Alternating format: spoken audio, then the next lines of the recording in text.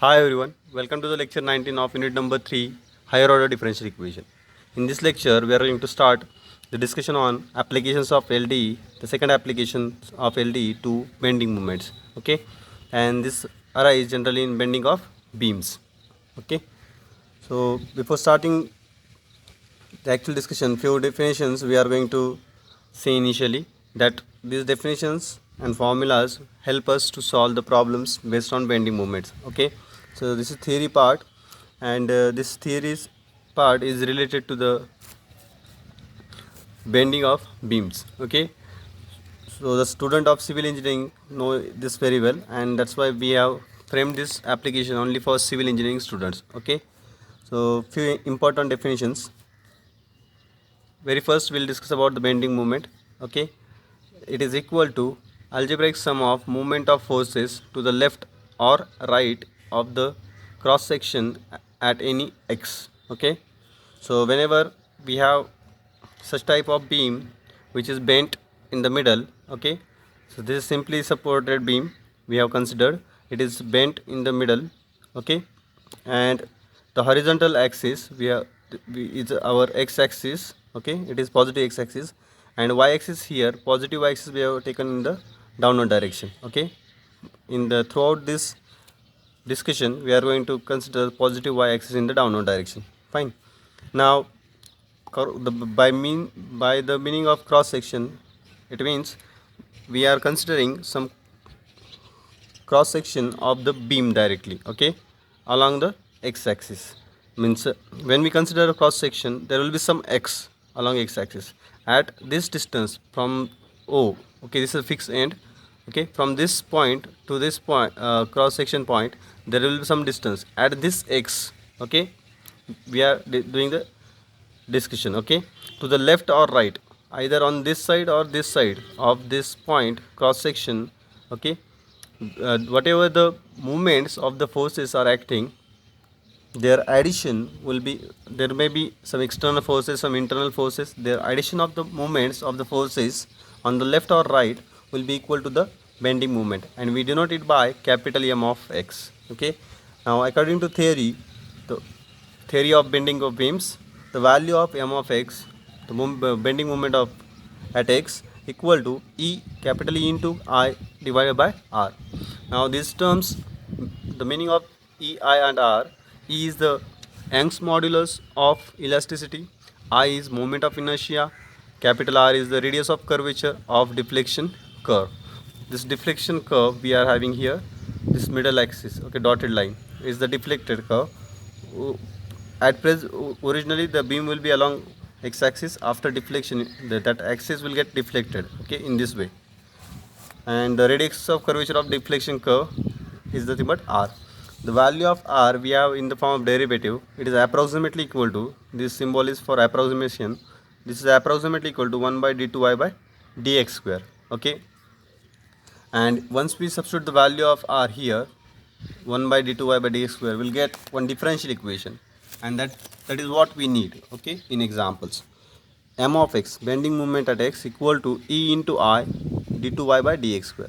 This value we are going to use while solving problems. We are going to equate EI d2y by dx square equal to M of x, and M of x is what? The sum of, algebraic sum of the moment of the forces acting on that acting at that cross section on the left or right of that cross section. Now next definition, another definition we have: shear force. Shear force is defined as the rate of change of bending moment. Okay, means if you differentiate this with respect to x, this is the function of x. If you differentiate with respect to x, we'll get the rate of change of that bending moment, and it is equals to the shear force. Therefore, after differentiation, E is constant, I is constant, and d2y by dx square's derivative will be d3y by dx cube. Okay, so this is what the definition of shear force is. Now, while solving problems in this particular topic, we need to know the boundary conditions also. Okay, in electrical circuit application also, we have some initial condition on time and current, on time and charge, that help us to calculate the arbitrary constants involved in the final solution. Okay, now as this is the second order differential equation, at least two boundary conditions will need to calculate the values of arbitrary constants. In second order differential equation, the number of arbitrary constants involved in the solution will be 2, C1 and C2. For calculating them, we need boundary condition. So these are the boundary conditions that we are going to discuss now. In problems, we are going to have two types of beams. Okay, one is called as a cantilever beam. Cantilever beam are the beams which are supported at one end only, okay, and one end is free. Such type of beams are called as cantilever beam. And second is simply supported beam, in which both ends of the beam are supported. Such beams are called as simply supported, or we can also call it as simply hinged or pinned. These type of words may come in example: hinged or pinned or simply supported. The meaning of all of them is same. They are supported at both ends, and this cantilever beam is supported only at one end. Okay, so this is what the meaning of two. This is what the difference between two beams is. Now we are going to discuss about the boundary conditions of in both cases.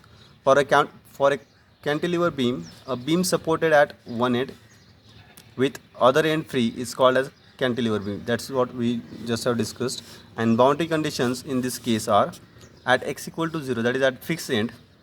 So if you consider this as horizontal x-axis, at this place at one end, fixed end, x will be 0 at fixed end, and at that x equal to 0 there will be no deflection in the beam, means the value of y. Okay, if you consider a horizontal beam like this, okay, when you apply weight or force on this beam, it will get deflected in downward direction, and we have considered the y-axis in the downward direction. Therefore, at this point, as there is no deflection at end fixed point, therefore y will be 0, means there will be no value of y will get at this point. So y is 0. Fine. Now second boundary condition, at x equal to 0, the value of the slope dy by dx will give us a slope. We have considered x-axis, y-axis, dy by dx is called as slope. Slope is also 0. So these are the boundary conditions that we use in the case of cantilever beam problems. Okay, so that you must know these two boundary conditions we are going to use in the case of cantilever beam problems, and that will help us to calculate the values of arbitrary constants C1 and C2. Now next is simply supported beam or simply hinged or simply pinned beam. A beam supported at both end is called simply supported beam. Okay, so in this way there will be two supports at the end points. Okay, the total length of beam we are considered as L. Okay, and x-axis will be in this direction, y-axis will be in the vertically downward direction. Okay, positive y-axis. And boundary condition in this case are at x equal to 0, means again at this point at one end, fixed end, y is also 0.